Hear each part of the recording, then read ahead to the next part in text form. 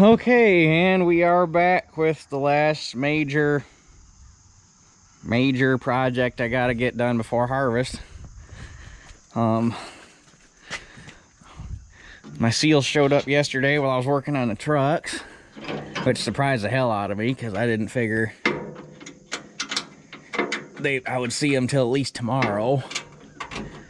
But UPS has been delivering on Saturday, and seems like a couple weeks ago, no, earlier this week, my boss had some parts show up on a Sunday UPS. So I don't know if they were delivering because of being off for Labor Day or what, or no, Labor Day, Memorial Day, whatever the fuck the last weekend was.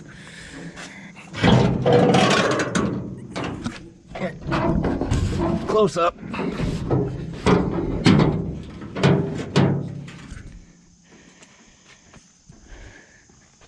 But today's video shouldn't be too terribly long because all I've got to do is get a little bit of rust there. All I got to do is put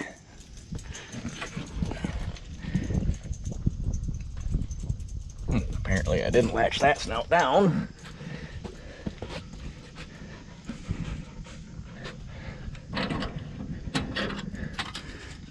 All I gotta do is pop these seals in and then pump the gearboxes. Well, pull the drain plugs and make sure all the old oil's out of them, and then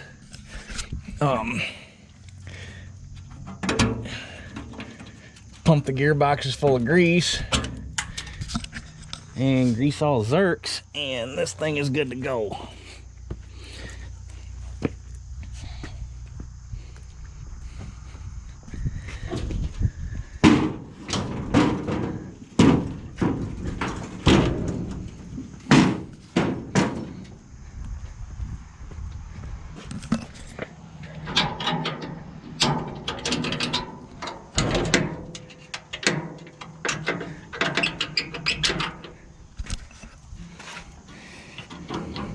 I will say, because I've been working on my boss's well, I'm done working on it now, but I was working on my boss's 643 for that 7720. And while the snout's on his, because deer's set up to where the snouts are hooked so that when you tilt them up, you can just pick them up and take them off the head. It's a little handier to be able to just tilt them back and pop them off the head like that without having to pull pins or anything stupid. But God, the snouts on that head are heavy, like unreasonably heavy. And the thing is, the way they're built, they're really not any stronger than these.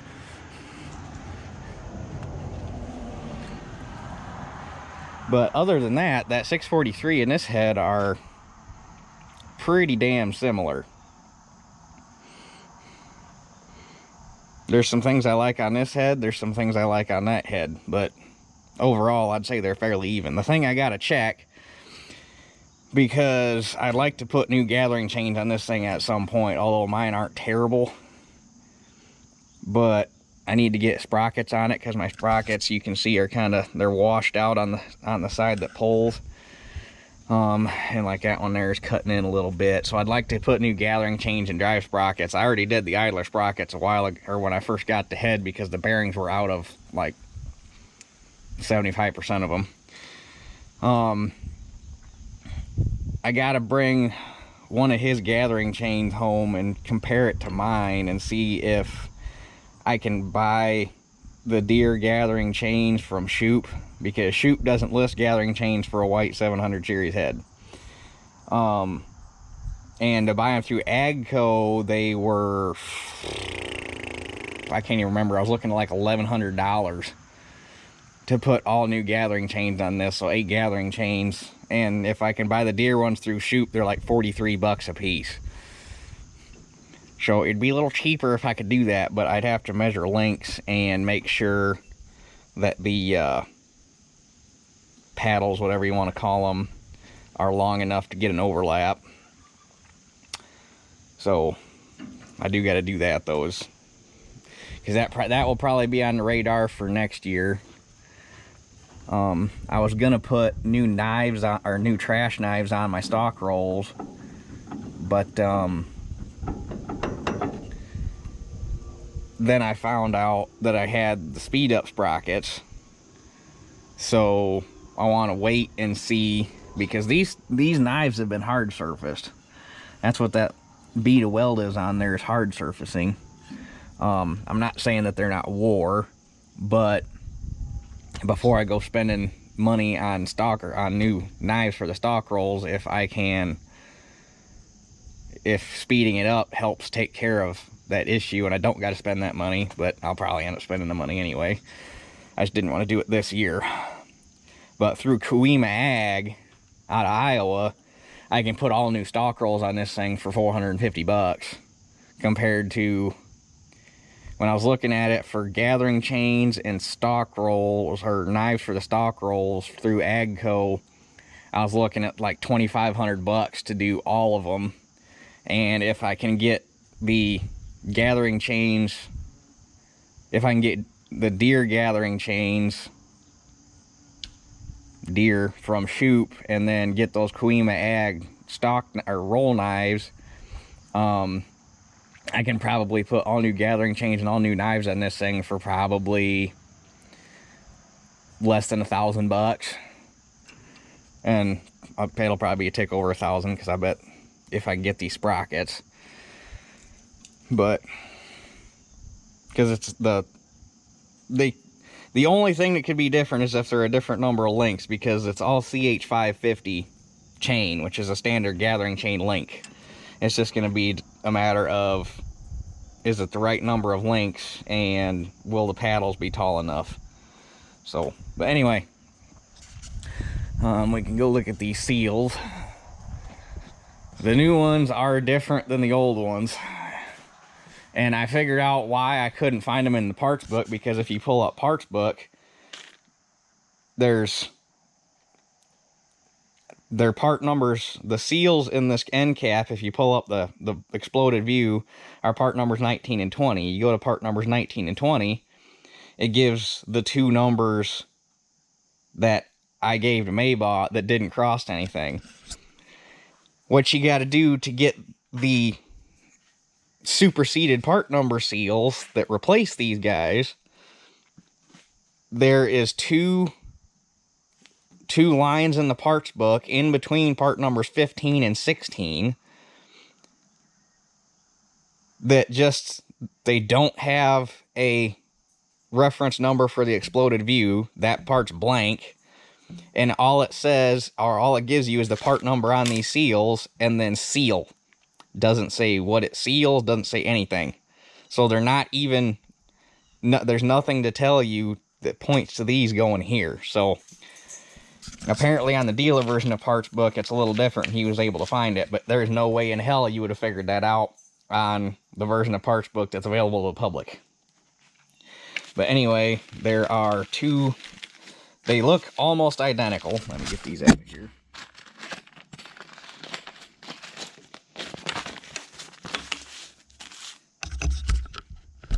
Just to look at them, other than the color of the sealant on the rim, they look almost identical until you hold them like this to each other, and then the lip on that red one is a lot heavier than the lip on this green one. So the red one replaces the inner seal, which is the heavy seal, and then the outer one the green one replaces the outer seal, which was basically, for all intents and purposes, a dust seal. So, and by all measurements, they should still fit in here and give you enough room to get a gap for the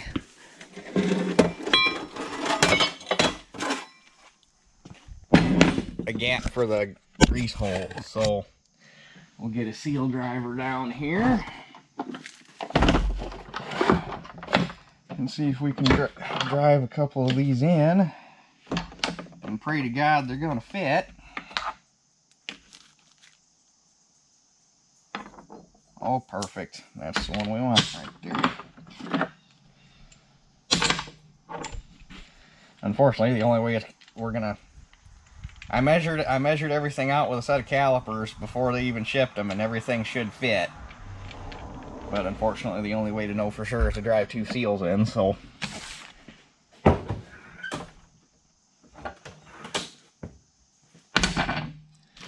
So we need the red one first. Lip facing in, because all the lips on these face in.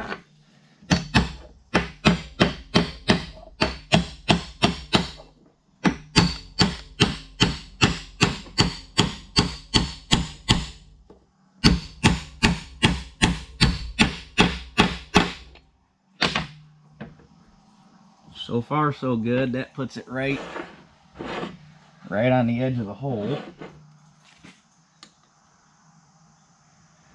And then for this one, we don't want to overdrive it because then we'll cover up that hole. So for this one, I'm actually gonna run an oversized puck on the driver so that we tap out on the rim of the bearing retainer.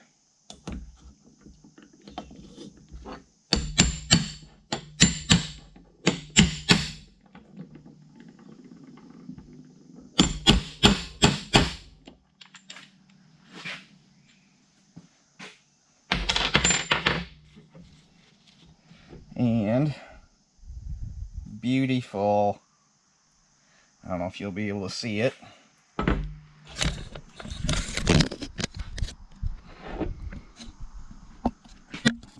Can't get the right amount of light in there. Or can you see it? Oh, yep, right there. You can see you got just enough room there for that grease hole, which is what we want, so it looks like these seals are going to do the job. Okay, so before we put this back on, there's this little roll of paint here on the end, which made it kind of hard to pull the cap off, and I don't want to mark up, now that I know how this thing goes together, I don't want to mark up that bushing that's in there. So we're going to sand that off real quick.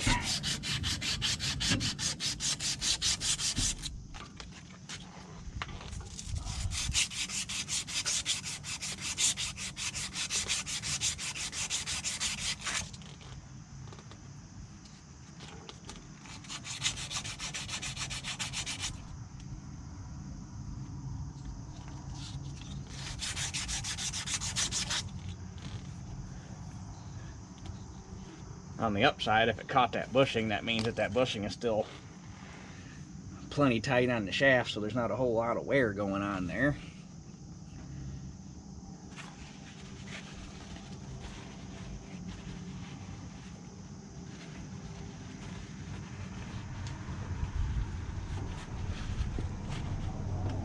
And then we'll put a little bit of lubriplate on it.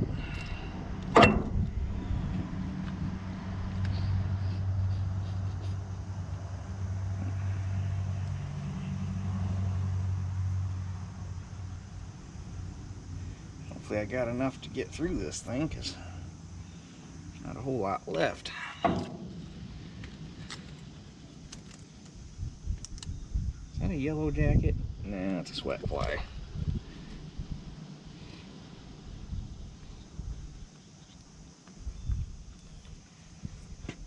And then we can go ahead and slide this back on the shaft. Get our shims on there.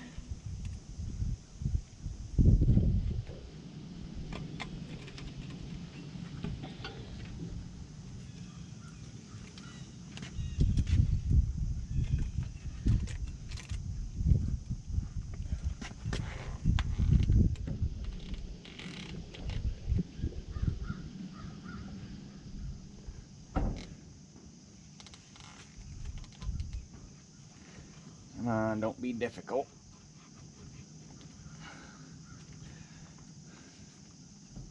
I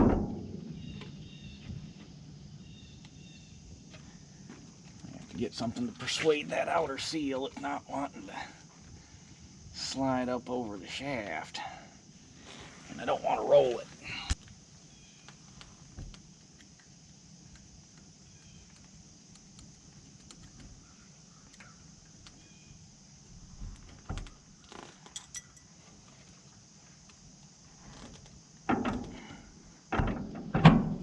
There we go.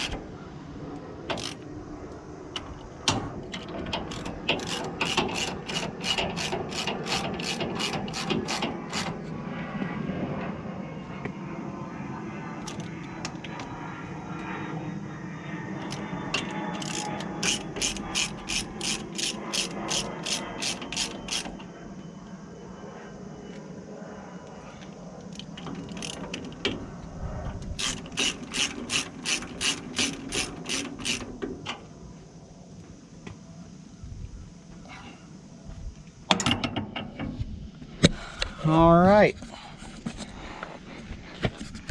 that's one done. 7 more to go, and I'm just gonna go ahead and get all them done off camera because there ain't no sense in showing the same process 8 times. So we'll catch you guys here in a couple, probably a couple hours.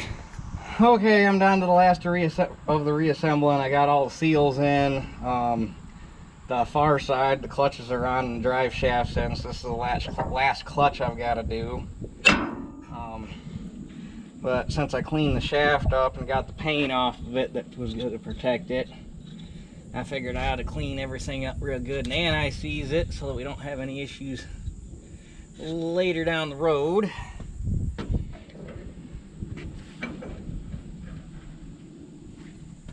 And then I was anti-seizing the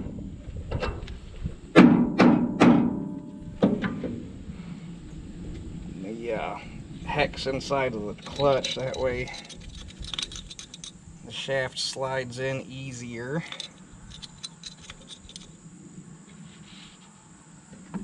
Oops.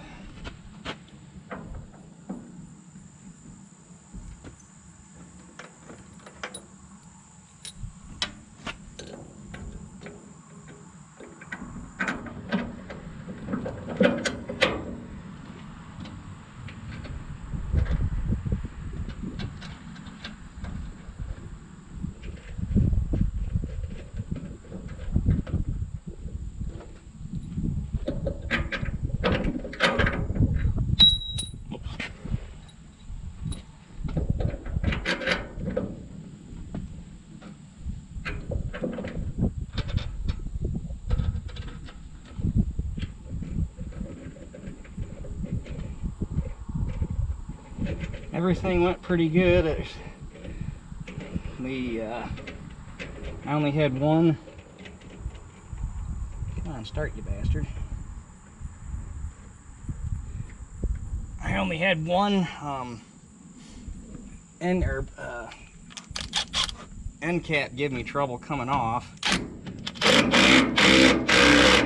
Actually gave me a little bit of trouble.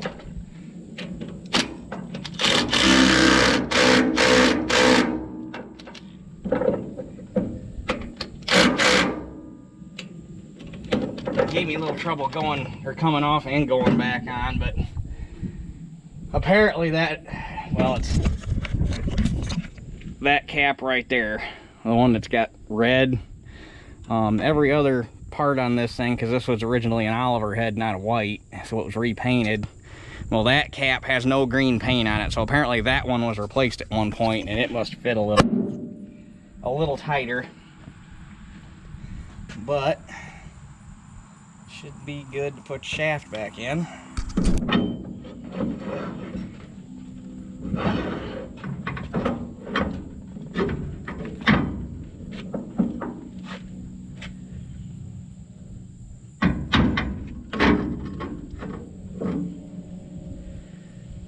Now when I took this one apart, the shaft showed signs that it had been like pulled one way or the other. So I loosened these bolts up. Apparently I didn't give it quite enough. So we can, because the bearing plate will float on the mounting plate to align itself. So we gotta let it align itself.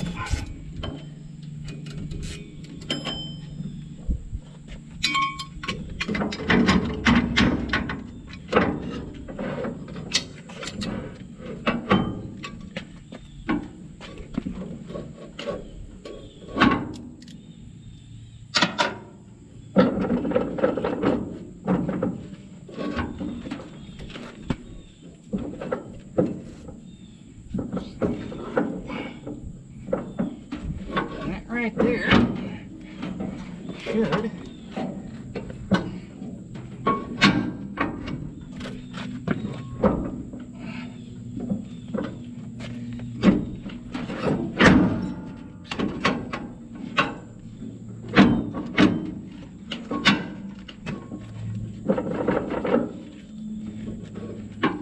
that should be lined up by the way the clutches are clocked. Unless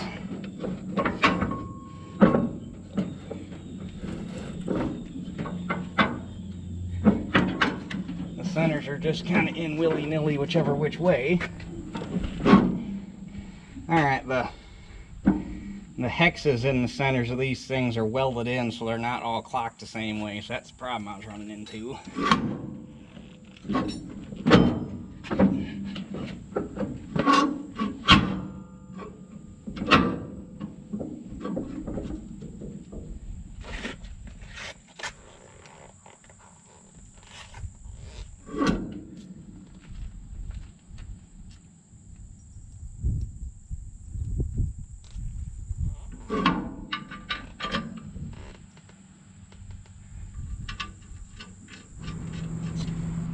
Alright, she's all back together. Shafts are in, chains are on. I ended up having to replace or make a new chain for the other side too because it was too short. So, but check out how much this end plate moved. Bolts were here and here. I guess the back didn't. Now the back did move because it was here and here. So, yeah, the whole thing went like that. Which this has been apart at some point, and apparently when they put it back together they must have tightened the plate down before they tightened the bracket bolts down, and then when they tightened the bracket down it must have like did that to the plate or something. But the way it's made, you got to tighten this up before you can tighten that up, so that's what I did. But with all that being done, all I got to do is go get a drain pan, pull the plugs out of the gearboxes, make sure there's no old oil in them, and then we can set the head down on the ground so that it's easier to get to, and we can start pumping grease into the gearboxes, which is going to take a month Sunday. Okay, now it's time for the part that I've been dreading the most. Got my cheap $20 TSC grease gun, and what, 16, wait, what, 2, 3, 4, 5, so 10, we got 20 tubes of grease. Everybody said that when I asked about it, everybody was saying between 2 and 3 tubes per, so that'd be 12 tubes roughly, but if not, I got plenty more. But like I said before, I almost bought a cheap ass electric grease gun to do this, because since we're starting from empty, it's going to be a lot of pumping. But I was like, I want to have a dedicated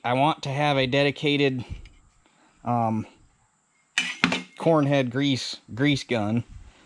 That way you weren't flopping half empty tubes and stuff with not having two guns. So I opted, rather than, because even the cheap electric guns I was finding were over $100, so rather than that, I was just like, screw it, we'll get one of these because we've only got to start from empty once, and then after that you might have to pump half a tube in the whole head per year. So I just hope that, being a cheap ass $20 gun, it works halfway decent, because sometimes cheap guns don't like to prime. But what I'm doing to hopefully make this thing work a little faster, at least for what we're doing at the moment, is I'm leaving the tip off. That way you've got the full diameter of the grease tube, and hopefully it'll eat grease a little faster that way, in theory.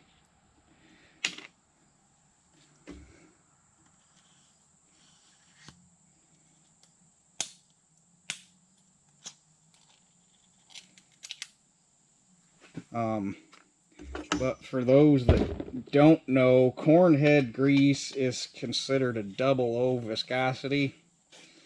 Basically, it puts it one step away from being a liquid. And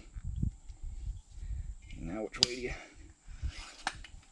So basically what that means is when it goes in, it's a semi-solid like that, and it's really thin compared to like a normal grease.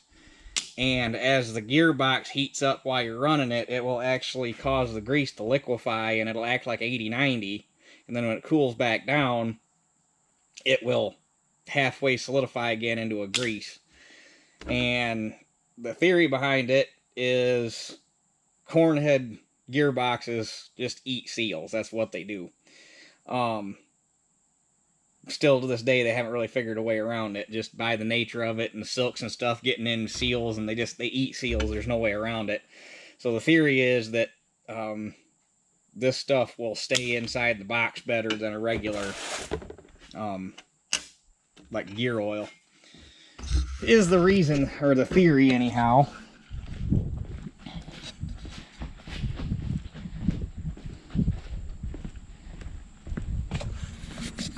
So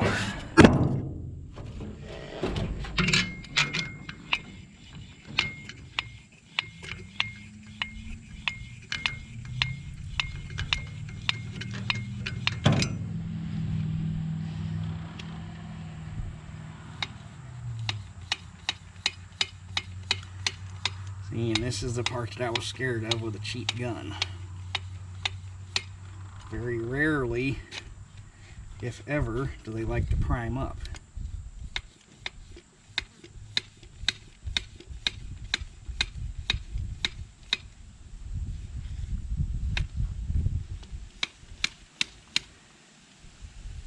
I'm sure once I get some grease in it, it'll be fine, but until that point comes,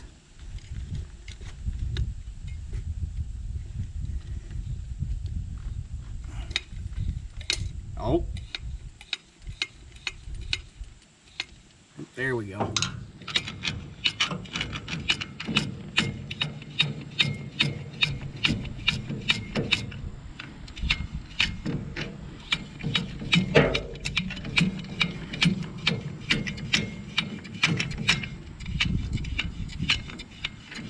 All right, we'll probably see you guys in 4 or 5 days. Well, Teeter says it's done. Yeah.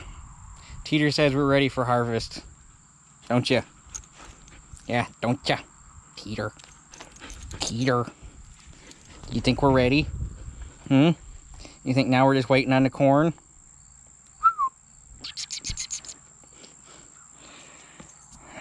Everybody that said 2 and 3 tubes was off by just a little bit. I crammed all 20 tubes in them 4 rows. 5 apiece. The 5th one took a little bit of work, but it fit. So, definitely going to be a lot better than the gear oil that would run out in the first 10 acres. So, step in the right direction. But all I got left to do is go through and grease the stock roll bearings. So, after that, she'll be ready to rock and roll. So that's the last piece of the puzzle. If things came ready tomorrow, everything's ready to cut beans and shell corn. Just in time, because the way the viewership's working out, I think people are getting tired of shop videos. So anyhow, I'm gonna pick that thing up and finish greasing it real quick and call her a day. So I ordered the parts I need for the grain drill. McMaster Car's got an app. I didn't know that, and I downloaded it. That's amazing.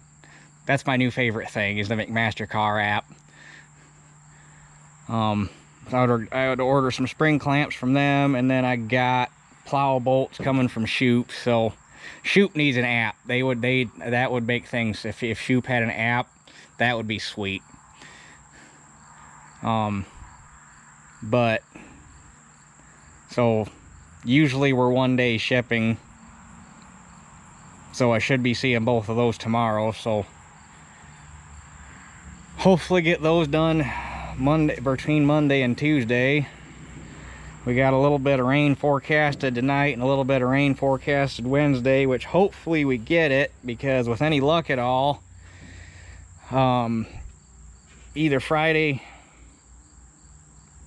if I get caught up Thursday or Friday, I want to get the T over here and get the 575 plow behind it and get the hitch set up for a 60-inch tread width tractor, because right now it's set up for the 1955, which I think is on like a 75 or an 80-inch tread width with them fender tanks on there, because it won't straddle 30s. I'd have to measure it, but that's why I can't right now pull that plow with the 1950T, because the hitch isn't set up and you wouldn't be able to get the tractor over in the furrow where it belongs. But I ended up, I don't have it home yet. Well, probably not going to see it till later this fall, but I bought a 546, I think was the model on it. I bought another 5-bottom hydraulic reset. I bought it because I know the story on it. It's actually a really, really, really nice original plow, but all the iron shot. But anyway, that plow is actually more vintage correct for the 1955, and the 575 is more vintage correct for the 1950T. So I'm going to take the 575, set it up to pull with the T, and then take the plow, take that 540. I'm pretty sure it's a 546. It's a 540 something. I know it's not a 548, because a 548 is a bigger, or a box tube frame.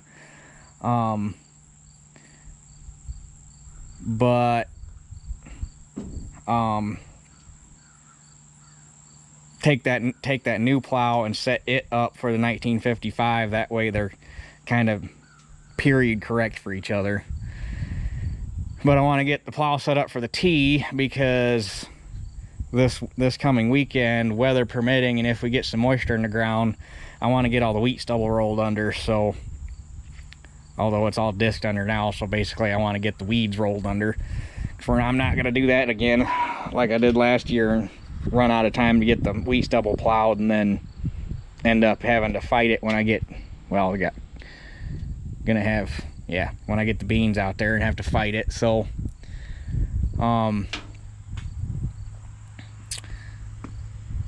but